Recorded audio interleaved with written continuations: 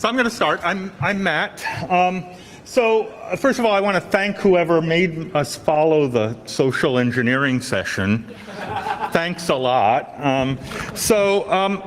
We're going to talk about hacking voting systems, and we're being a little careful not to use the word voting machines, because voting machines get a lot of the attention, but in fact these are part of much, much larger, much more complex systems that need attention just beyond the machines themselves.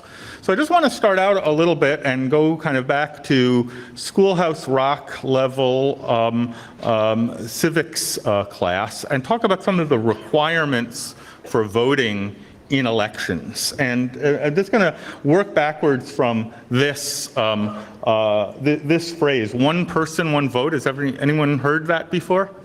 Where is that from? It's in the Declaration of Independence, right? Or the Magna Carta, or the Constitution. No, nobody knows where it's from. It's a slogan.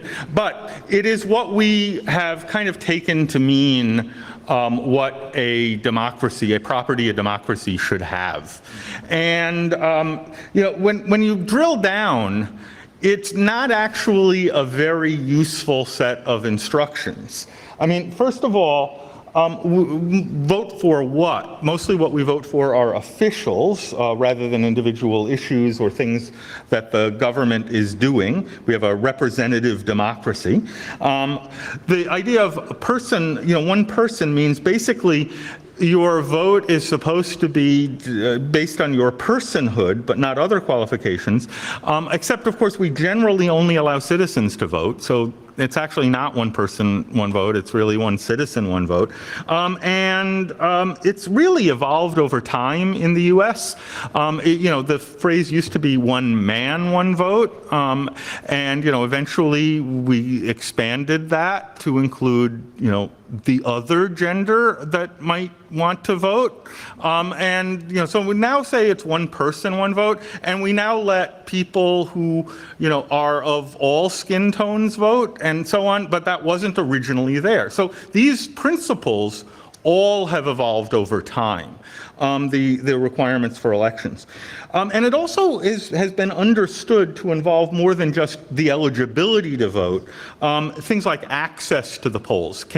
Are you going to be able to vote? Are you going to have an equal opportunity to vote with everyone else? As well as some assurance that your vote is actually going to be counted accurately, which is something that technology has something to say about.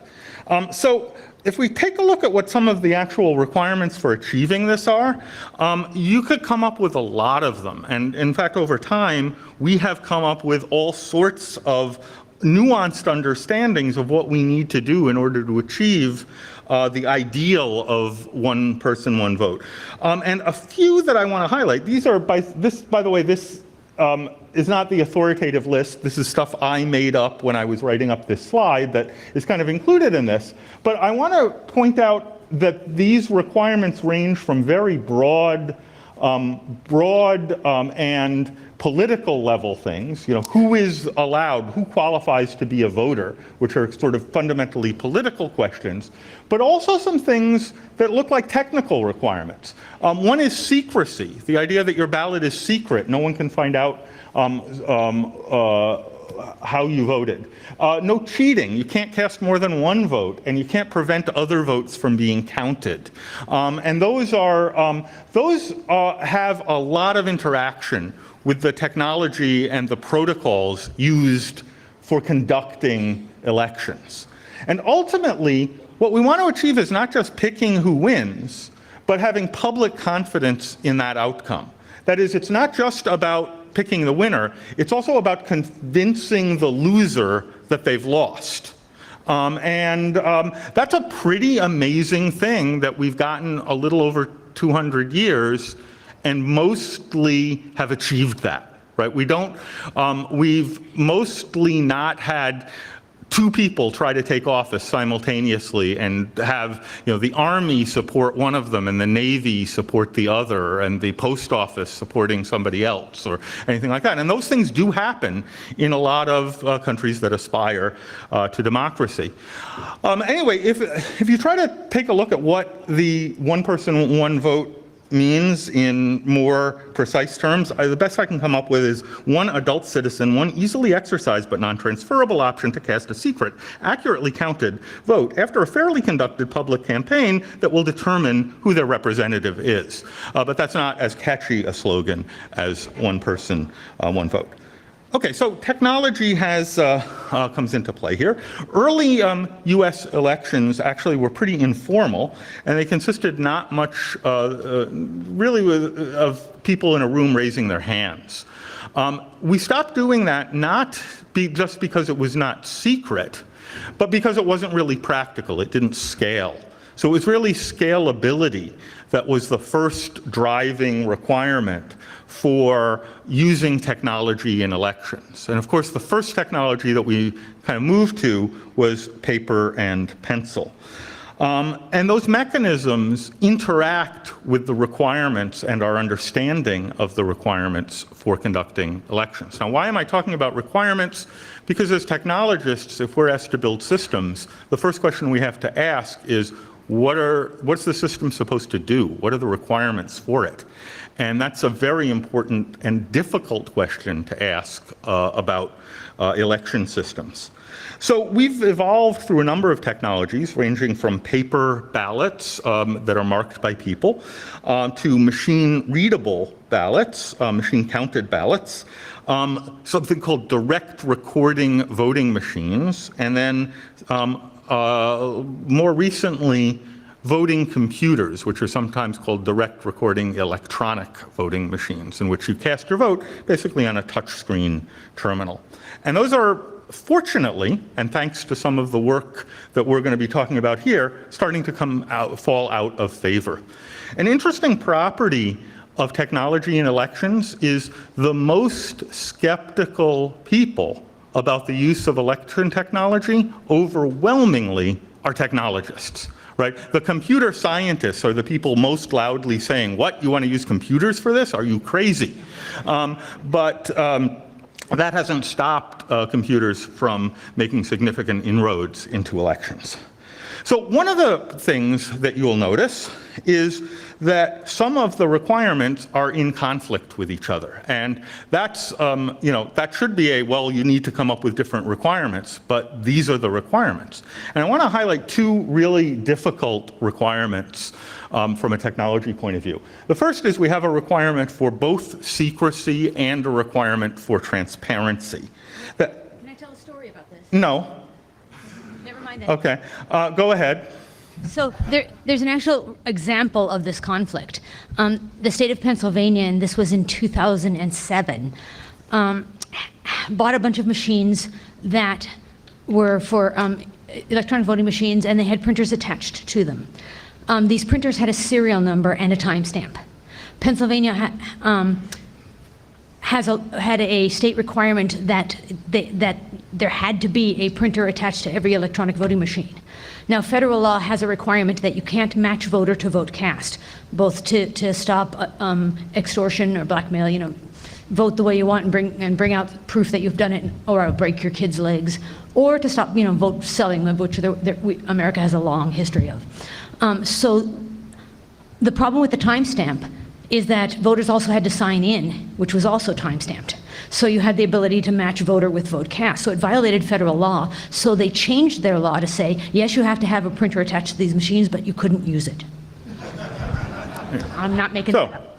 There you go, right? So why do we have these requirements? Well, one of the reasons we have the requirement for secrecy is because we don't want people to be able to sell their votes, but more importantly, we don't want people to be able to be intimidated into voting in a particular way or not voting in a particular way. So the secrecy requirement is particularly strong. That is, it's not only shouldn't somebody nefariously be able to find out who you voted for, but you shouldn't be able, you should not have any means to prove who you voted for, even under duress. That is, we sometimes call that receipt-free voting. You shouldn't be able to, there shouldn't be anything that documents how you vote, even with your cooperation, so that you can't be forced to vote in a particular way and you can't easily sell your vote. So that's one requirement. And at the same time, we want to be confident that our vote got counted. And how do you do that? You don't get any kind of receipt for your vote, and you want to be sure that it was included in the final outcome. From a technical point of view, that sounds hard, and it kind of is. And then there's a second difficulty, which is that in general, in the United States, it is essentially impossible to have a do-over in an election. That is, we hold an election and count the results, and that's the outcome. There's almost no constitutional mechanism, except in incredibly extraordinary circumstances, for saying, oh, we detected irregularities in the election, we have to invalidate the outcome and hold another election. We basically can't do that. And there are sometimes requirements that the election has to be certified by a particular date, and there are other requirements that just make it effectively impossible to do that. And what does that mean? Well, it means that any security mechanisms you have can't merely detect irregularities. They have to prevent irregularities. Because just detecting an irregularity doesn't actually help you. You have to be able to recover the true result. And detecting irregularities may actually end up with them not counting those votes at all. That's happened in a number of cases. And I can give you some examples later. Yeah. So in the US, there is a long and colorful history of fraud in elections. Elections have high stakes. People, for some reason, want to be elected to office. And that, by the way, we think about presidential elections, but in fact, a large fraction of the history of fraud, of fraudulent candidates, people trying to buy votes, is for local offices, mayor and sheriff and so on. In particular, we generally spend a lot more money on campaigns for elections than we do actually conducting the mechanics of the election itself. So we're kind of outgunned. The candidates who want to win have more resources at their disposal than the people running and protecting the elections. There has been a long history of fraud, and it's mostly been people trying to get themselves or their favored candidate elected or prevent somebody that they think is bad from winning, sometimes with money changing hands and so on.